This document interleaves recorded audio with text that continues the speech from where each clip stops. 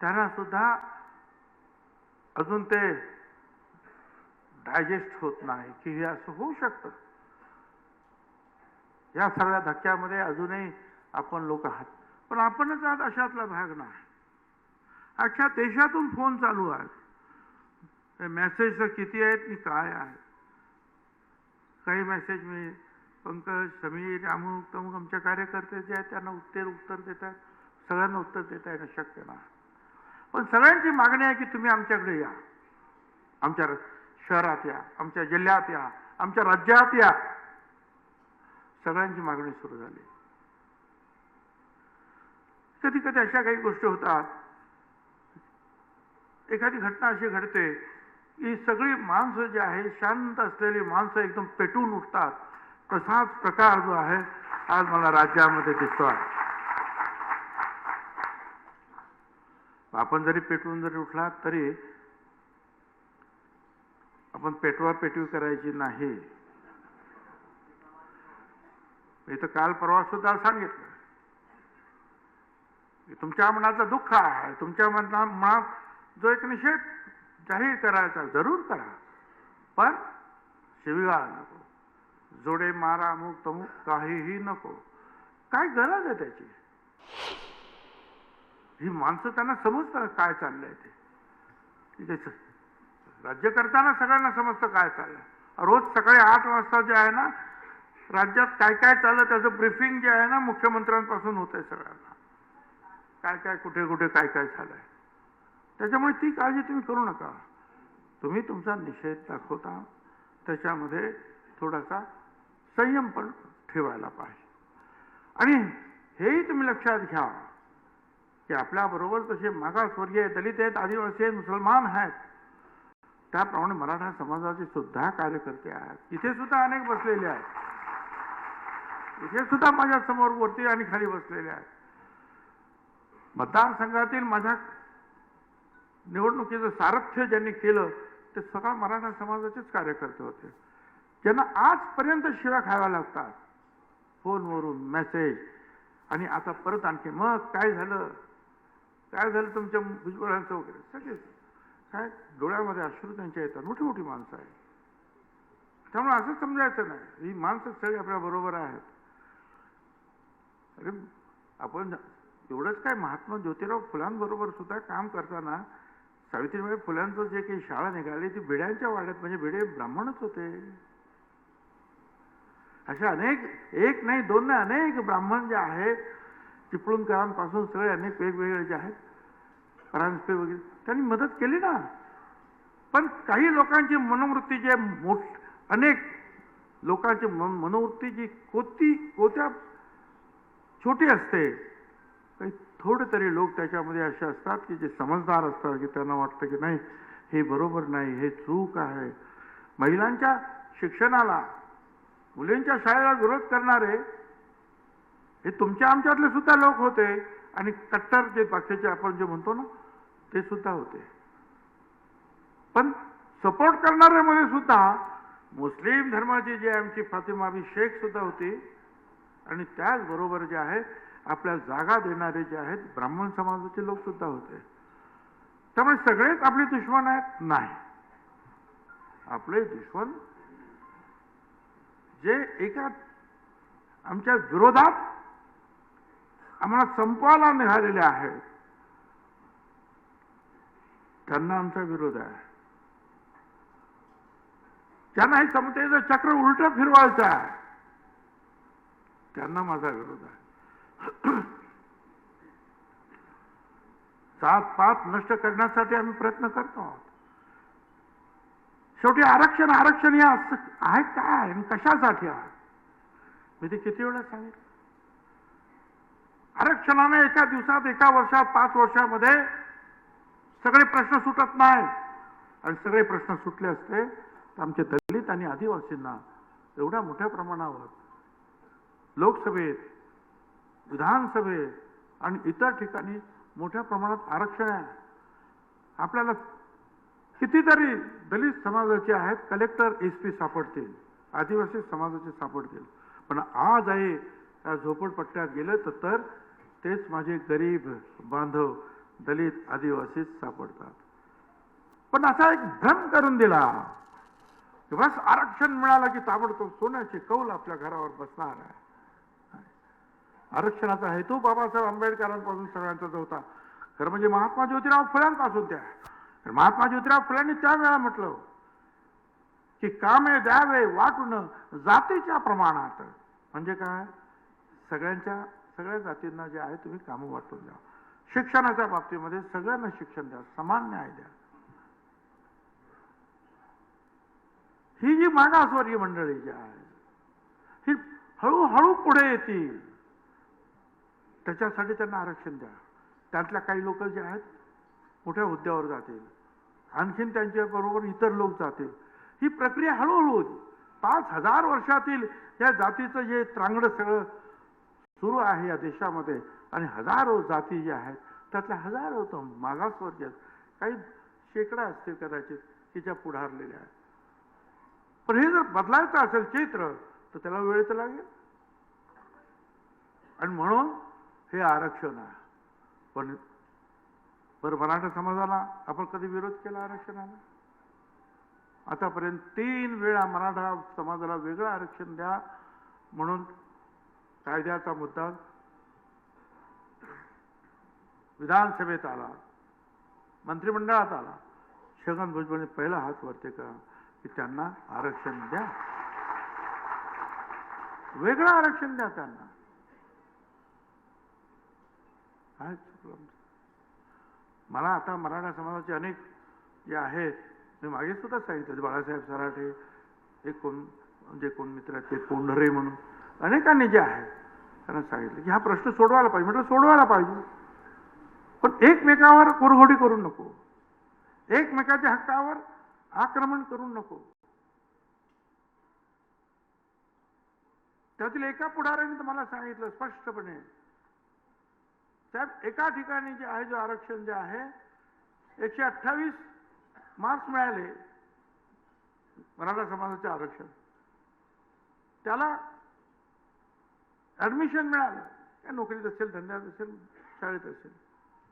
पण कुणबी असलेला आमचा 128 पेक्षा जास्त असलेला 132चा मनुष्य आहे, त्याला नाही मिळालं.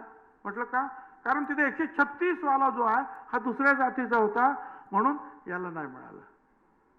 आम्ही तेच म्हणतोय ना, अरे 350 पेक्षा जास्त जातीमध्ये तुम्ही सगळ्यांनी जर आलात तर तुम्हालाही काही मिळणार नाही, इतरांचंही काही होणार नाही. वेगळं आरक्षण. आणि त्यातून त्यांना मी सांगण्याचं त्यांचंच म्हणणं होतं की जो EWS म्हणजे इकॉनॉमिकल विगर सेक्शनसाठी 10% जे मोदी साहेबांनी दिलं, ते जे आहे त्याच्यामध्ये मागच्या वेळेला जाहीर झालं 10% फक्त एकटा मराठा समाज 8.5% होता. एकटा मराठा समाज 8.5% होता. आणि तुम्हाला मी हेही सांगतो, हे मराठा समाजाचे 58 मोर्चे झाले शांततेनं.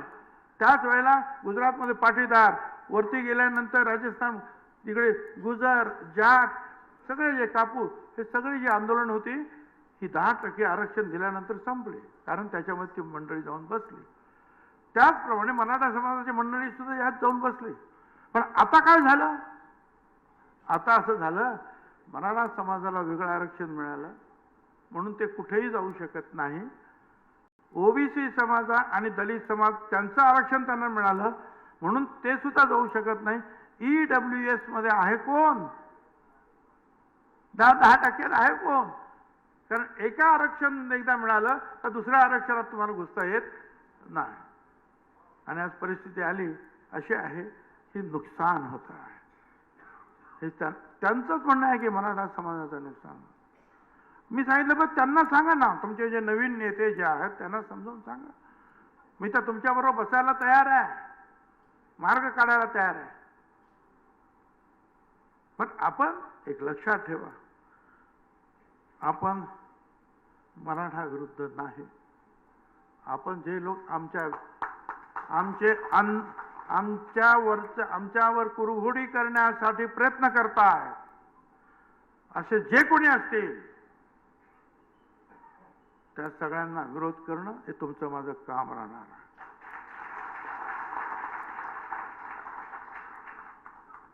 त्यांना ठणकावून सांगावं लागेल, पुन्हा एकदा बीड होता कामा नये.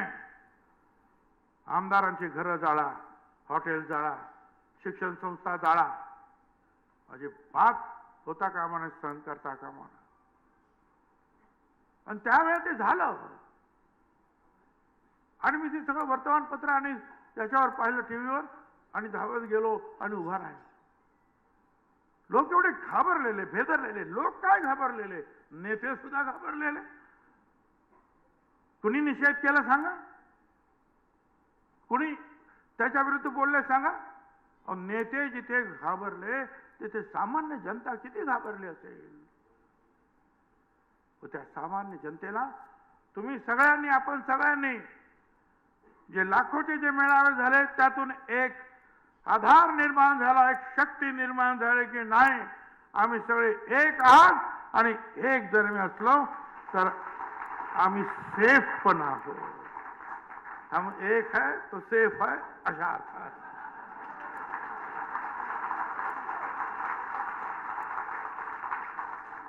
असा सेफ आहे आपण की सगळे हिंदू मुसलमान आम्ही सगळे सेफ आहोत. ओबीसीची मंडळी, मागासवर्गीय मंडळी एक असलो तर होय. मुस्लिम समाजामध्ये सुद्धा काही लोकांना माहीत नसेल, साहेब मीच त्यावेळेला त्याच्यामध्ये पुढाकार घेऊन हे आता आमचे जे आहेत ना शबीर अन्सारी साहेब यांना माहिती आहे, दिलीप कुमारजी आले होते मंत्रालयात. त्यांनी सांगितलं, भुजबल जी तुम माली समाज के है? मैं बोला हाँ. तो तुमको आरक्षण है? मैंने बोला हाँ.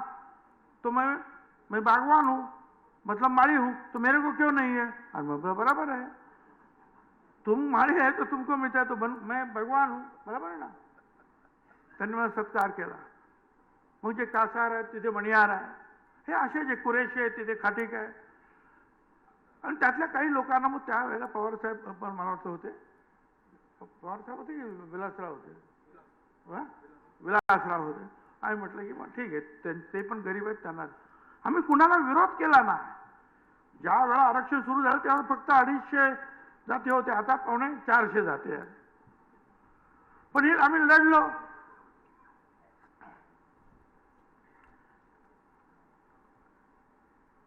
आणि आता पुन्हा निवडणुकीला आपण उभे राहिलो.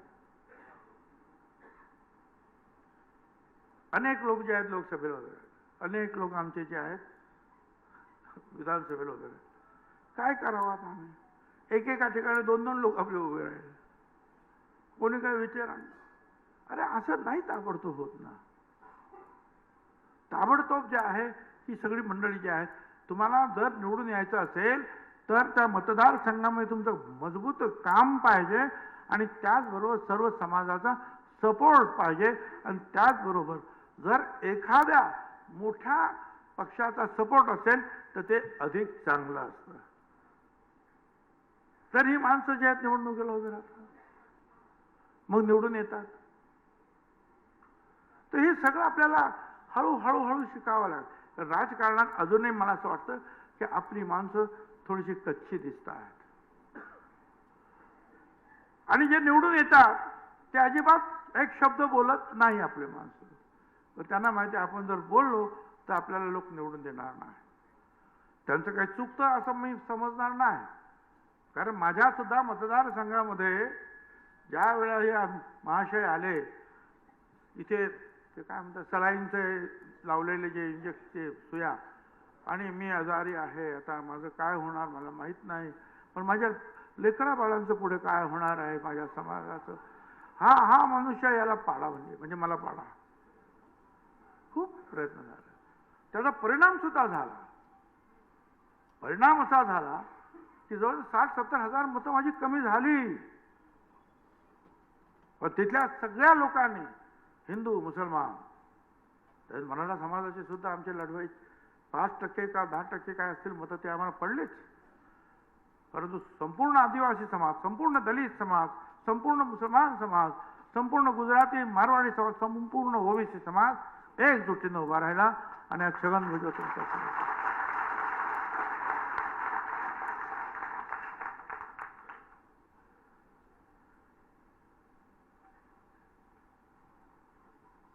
पण मी फक्त निवडून येणं किंवा मंत्री बनणं एवढंच माझं काही काम नाही आहे. मला मंत्रिपदाची एवढी हाव असते तर मी 16 नोव्हेंबरला मंत्रिपदाचा राजीनामा देऊन मग 17 नोव्हेंबरला जालन्यातील अंबडला आपल्या जाहीर सभेसाठी आलो नसतो. मी पहिल्यांदा राजीनामा दिला. मागच्या गाडीमध्ये म्हणजे माझ्याबरोबर बसले होते समीर भाऊ, त्यांना सारखे फोन, साहेबांना सांगा राजीनाम्याचा तुम्ही उल्लेख करू नका. विचारा त्यांना, मी नाही केला उल्लेख. पण जे इंडिकेशन द्यायचं ते दिलं, मी लढणार. 2.5 महिन्यानंतर ज्या वेळेला एक सदग्रस्त माझ्या विरुद्ध काहीतरी अर्वाच्य बोलले त्यावेळेला मी सांगितलं मी राजीनामा दिला. नगरच्या मीटिंगमध्ये मी सांगितलं. प्रश्न जो आहे तो हा नुसत्या मंत्रिपदाचा नाही, प्रश्न तुमच्या अस्मितेचा आहे. श्रेष्ठत्व अनेक असतात, अनुभव हो तोही असतो, पण एखाद्या समाजासाठी घेऊन शेवटपर्यंत लढणारी माणसं आपल्याला पाहिजे. आणि ज्या वेळेला असं कळल्यानंतर जे आहे आश्चर्याचा धक्का सगळ्यांनाच बसणार. पण तुम्ही दुःखात राहायचं काही कारण नाही. मी एवढंच सांगतो, कभी डर न लगे, कभी डर न लगा मुझे फासला देखकर, मैं बढ़ता गया रास्ता देखकर. खुद ही खुद नजदीक आती गई मंजिल, मेरा बुलंद हौसला देखकर. हौसला तुम्हारा बुलंद रखो.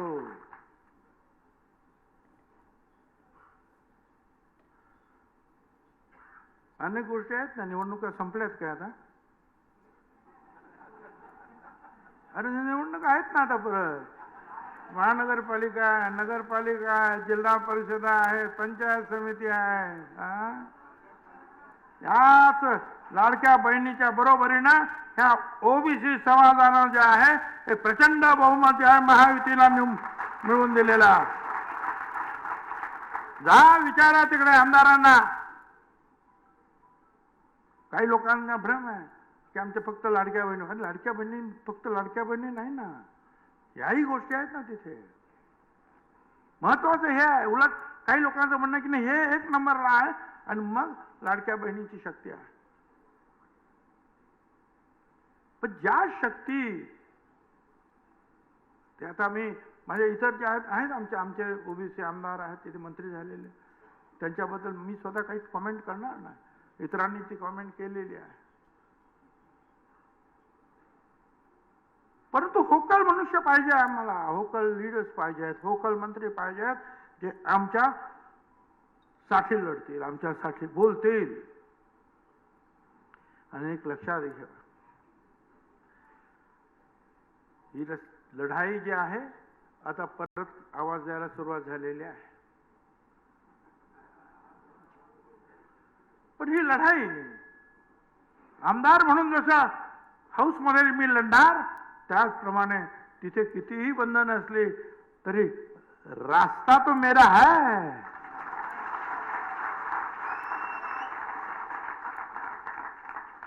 रस्त्यावरती लढाई आम्ही घेऊन जाऊ. गावागावातून फोन येतातच आहे, जिल्ह्यातून फोन येत आहेत, राज्यातून फोन येत आहेत. उज्ज्वल साहब आओ, हम आपके साथ है, ताकत बढ़ाओ. आणि होय आणि होय खरं आहे, मी संपूर्ण राज्यात जाणार आहे.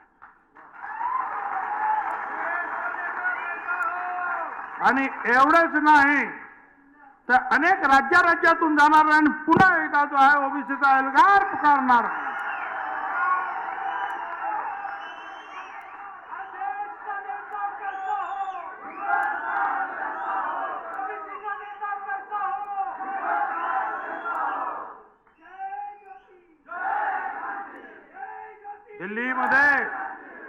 दिल्लीमध्ये रामलीला मैदान भरवलेलं सगळ्यांनी पाहिलं. अधिवेशन सुरू होतं. सगळ्या राजस्थान पासून मुंबई सगळे बिहार सगळे लोक, किती लोक आहे. अख्खं मैदान फुल. पाऊस पडला तरी बसले त्याच्यामध्ये. पटना, बिहार 7 लाख लोकांचं मैदान आहे, गांधी मैदान. फक्त जयप्रकाश नारायण साहेबांचं सभा फुल. इंदिराजींची बांगलादेश आणि पाकिस्तान तुटल्यानंतर ती सभा, आणि आपल्या महात्मा फुले समता परिषदेची सभा. आपण पूर्ण मैदान भरलं होतं. लालूजी आणि इतर नेते जे आहेत बघत होते रे काय गर्दी आहे. राजस्थानात सभा झाल्या, आपल्या गुजरातमध्ये झाल्या, युपी मध्ये झाल्या, आंध्रमध्ये झाल्या, अनेक ठिकाणी झाल्या, गोव्यात झाल्या, सगळ्या अनेक ठिकाणी झाल्या. आपण आणि पुढे जाणार. तर शांत राहा, जावं लागेल. ताकद एकत्रित करावं लागेल. जोपर्यंत आपण एकत्रित उभे राहणार नाही, ताकद दाखवणार नाही, तोपर्यंत आपलं ते काही लोकांचे आपल्याबद्दल काही वेगळंच मत झालेलं आहे असं वाटायला लागलंय मला. हे काय भुजबळ, त्यांना मला सांगायचं आहे, मेरे बारे में कोई राय मत बनाना गालिब. मेरे बारे में कोई राय मत बनाना गालिब. एक ऐसा दौर आएगा, मेरा वक्त भी बदलेगा और तेरी राय भी बदलेगी.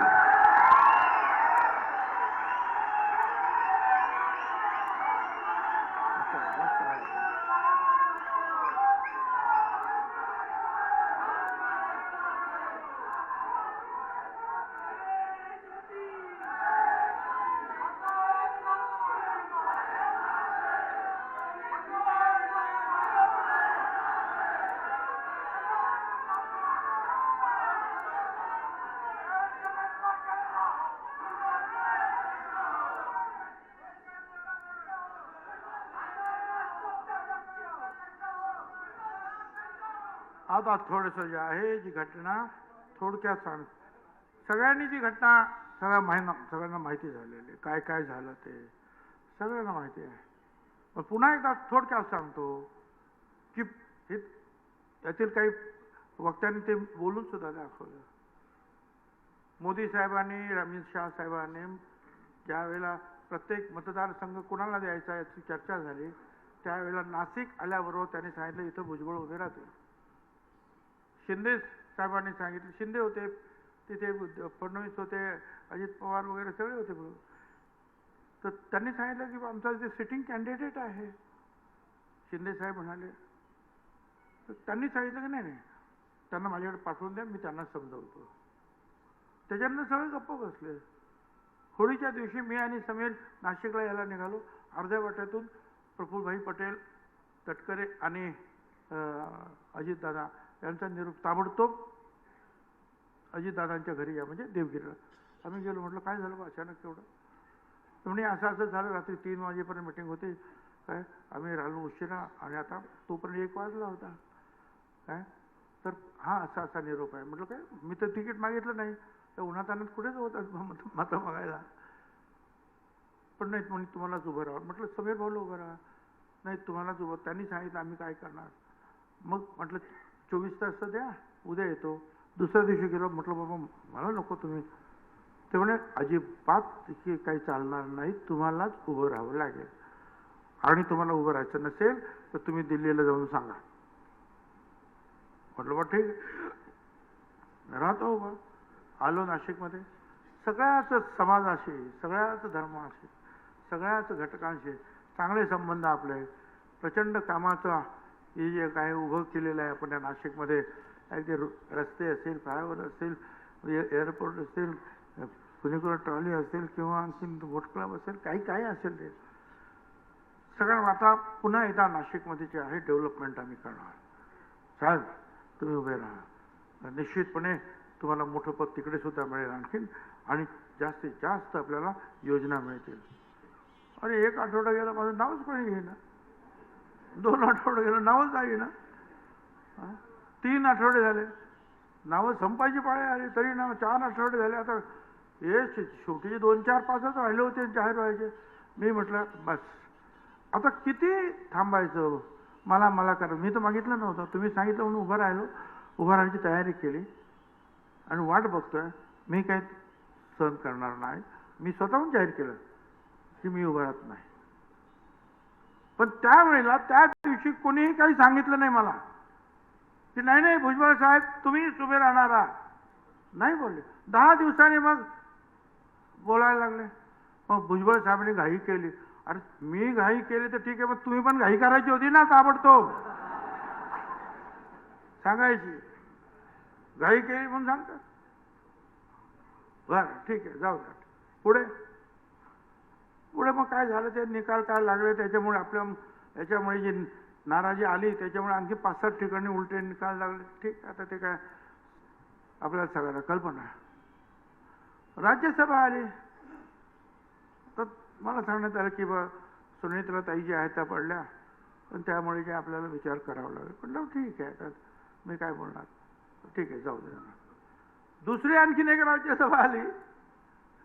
ती राज्यसभा होती, सातारची जागा आम्हाला मिळाली, परंतु ती बीजेपीला पाहिजे होती उदयनराजेसाठी.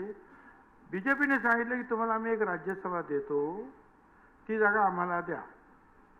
त्या जागेवर लढण्यासाठी नितीन पाटील म्हणून प्रयत्नशील होते. मकरंद पाटील आमदार, त्यांचे भाऊ.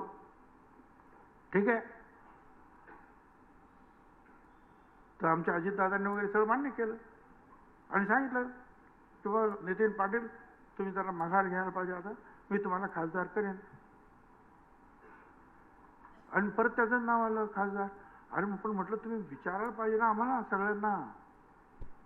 हे असं सांगण्याची, एक खासदारासारखी पोस्ट देत असताना काही चर्चा तर करायला पाहिजे. अशा भाषणामधून मग मला सुद्धा तुम्हीच सांगितलं होतं ना, आणि मी सुद्धा तयारी करत होतो ना. मग जो न्याय त्याला दिला तो न्याय मला का नाही देत?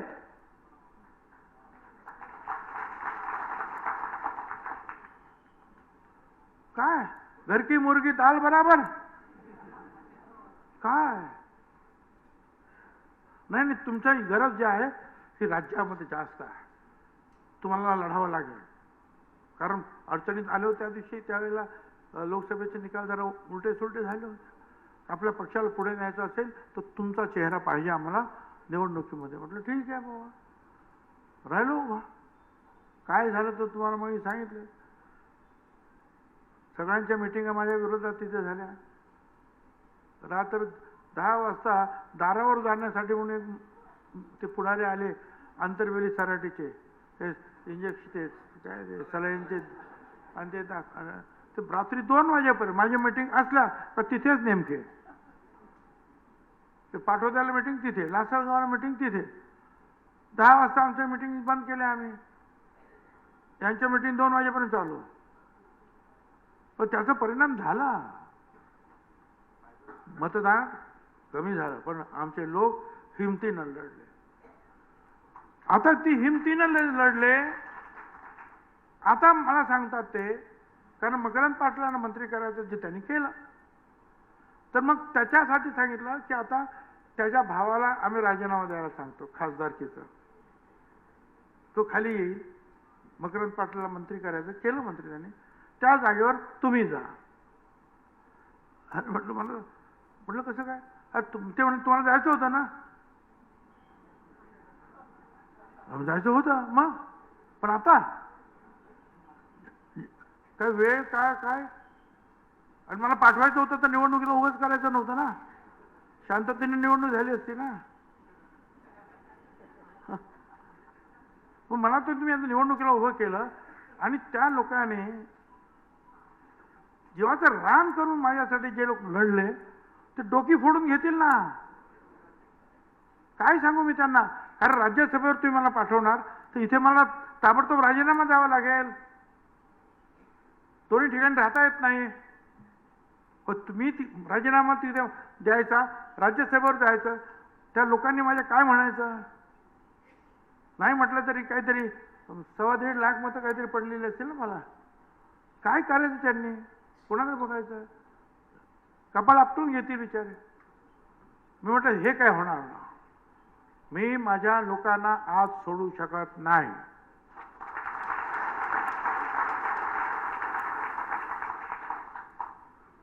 प्रफुल्लभाईंनी पण सांगितलं, त्यांनी मध्यस्थी केली, त्यांनी निरोप आणला समीरभाऊकडे, माझी चर्चा झाली. आम्ही तेच सांगितलं. म्हटलं ठीक आहे. ते म्हणाले बरोबर आहे तुमचं म्हणणं. अजितदादांशी बोललो, अजितदादांना समजावून सांगितलं. अजितदादा म्हणाले ठीक आहे, बसवून चर्चा करू.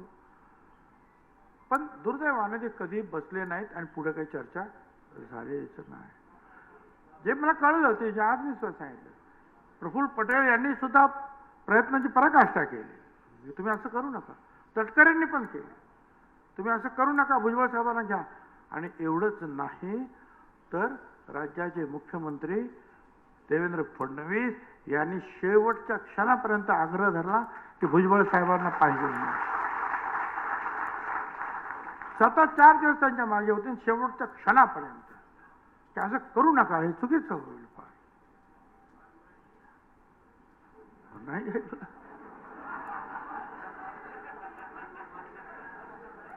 ठीक आहे. आता हे जे झालंय ते झालंय. कोणी केलं, काय केलं, उलटे सुलटे प्रश्न उच्चारण्यात काही अर्थ नाही. मग याने केलं का, त्याने? कोणीही नाही. कोणी बाहेरच्या नेत्याला दोष देण्यात अर्थ नाही. कारण प्रत्येक पक्षाचा जो नेता असतो आणि विधानसभेतील नेता असतो, तो त्या विधानसभेतील प्रश्नाची जे काय असेल ती निर्णय तो घेत असतो. कोण म्हणतो त्या पक्षातील का कोणी सांगितलं का, कोण म्हणतो ह्या पक्षातील कोणी सांगितलं, कोणी सांगितलं नाही. उलट या सगळ्यांचे मला फोन आले, असं कसं काय झालं? का दुसऱ्या पक्षाचे सगळे जे आहे त्यांच्या कॉमेंट आल्या की हे काय, असं कसं काय होऊ शकतं? म्हणजे काँग्रेस पक्षाचे तेच आले, पवार साहेबांच्या पक्षाचे आले, आणखीन काय म्हणतात उद्धव ठाकरेंचे जे आले, और ते जाऊ द्या. बावनकुळे तो आमचा बीजेपीचा अध्यक्ष, तो सुद्धा ओपनली जे आहे, उघडपणे जे आहे सांगतोय. आता काय करायचं? मला एवढंच सांगायचं ते ठीक आहे. प्रश्न माझ्या आमदार मंत्रिपदाचा नाही.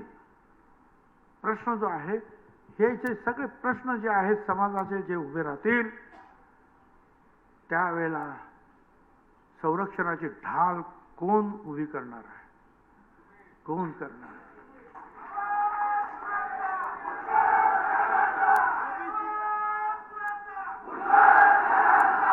मंत्रिपद जे आहे, मंत्रिपद किती वेळा आली? मंत्रिपद किती वेळा आलीत आणि किती वेळा गेली? विरोधी पक्षात सुद्धा बसावं लागलं, बसलो ना. विरोधी पक्ष नेता म्हणून सुद्धा काम केलं ना कितीतरी वेळा. तर त्याचं काय एवढं काय दुःख? पण आता सरकार एवढं सगळं ओबीसींनी तुम्हाला दिल्यानंतर हे असं का? हा प्रश्न जो आहे राज्यातील आणि देशातील सुद्धा अनेकांना पडलेला आहे की भाई का असं आहे. हा प्रश्न आहे की का, कशासाठी? याच्या पाठीमागे हेतू काय तुमचा? काय हेतू आहे? काय बिघडलं असतं? ठीक आहे, मंत्रिपद नसेल तर रस्त्यावर मी आहे ना, लढणार, आम्ही बोलू, तो मुद्दा नाही. सभागृहात सुद्धा मी आहे, लढणार, बोलणार.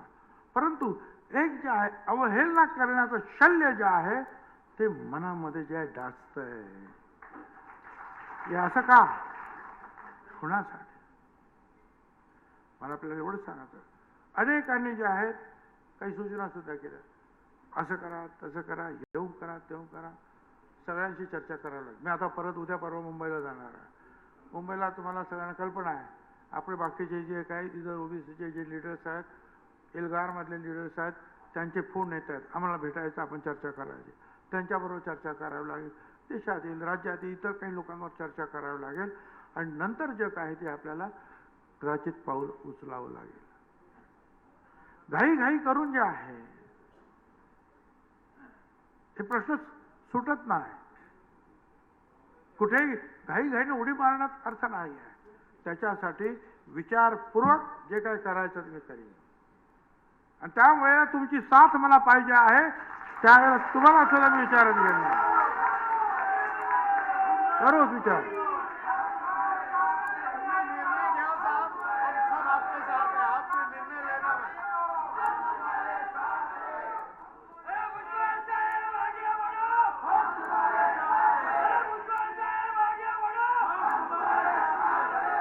मला सगळ्यांना सांगायचं आहे, मी आज सगळ्यांना सांगू इच्छितो, मैं मौसम नहीं हूं जो पल में बदल जाऊं. मैं मौसम नहीं हूं जो पल में बदल जाऊं. मैं इस जमीन से दूर कहीं और ही निकल जाऊं. मैं मौसम नहीं हूं, मैं बदल जाऊं. मैं उस पुराने जमाने का सिक्का हूं, मुझे फेंक ना देना. मैं उस पुराने जमाने का सिक्का हूं, मुझे फेंक ना देना. हो सकता है तुम्हारे बुरे दिनों में यही सिक्का चल जाए.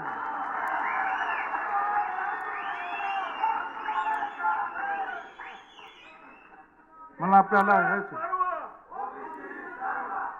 आपलं जे काय आहे निदर्शनं सुरू राहते. निदर्शनं कशासाठी करायचे? लोकांमध्ये जागृती निर्माण करण्यासाठी, मुख्यतः शक्ती एकवटण्यासाठी. या निखाऱ्यावर जी राख पसरलेली आहे त्याच्यावर फुंकर मारून परत एकदा ते निखारे प्रज्वलित करण्यासाठी, पेटवण्यासाठी ही निदर्शनं पाहिजे.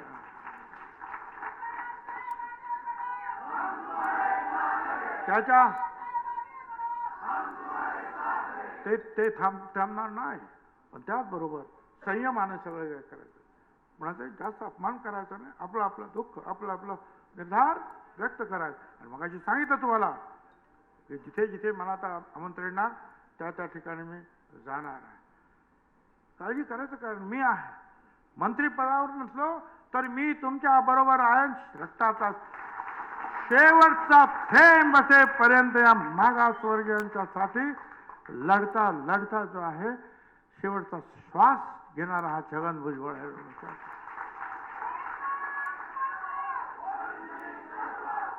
कुठल्याही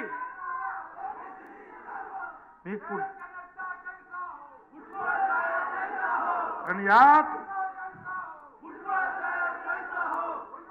मी कुठच्याही दबावाला सुद्धा बळी पडणार नाही. लक्षात ठेवा. जिथे आपले प्रश्न, तुमचे प्रश्न आहेत, गोरगरिबांचे प्रश्न आहेत, तिथे आपण सगळ्यांनी एकजुटीने उभं राहायचं आहे. मी तुमच्या बरोबर राहणार आहे. अनेक राज्यातले लोक आज इथे नाही आले, ते तुमच्या बरोबर राहणार. देशातले लोक तुमच्या बरोबर राहणार. पण तुम्ही हिम्मत ठेवा. ती हिम्मत तुमची ठेवा. वाट पहा. तोपर्यंत आपलं काम चालू ठेवा. पुढे कदाचित आणखीन काही संकट येण्याची शक्यता नाकारता येत नाही समाजाच्या बाबतीत. त्यावेळेला पुन्हा एकदा जो आहे ओबीसी एल्गार पेटवावा लागेल, करावा लागेल. तुम्ही सगळे यासाठी तयार आहात? दोन हात वर करून सांगा. तुम्ही सगळे मला पाठिंबा देणार? सगळे लढायला तयार? रस्त्यावर लढाई होणार तयार? कदाचित आपल्यावर वरवंटा चालवतील, तुम्ही लढायला तयार? धन्यवाद.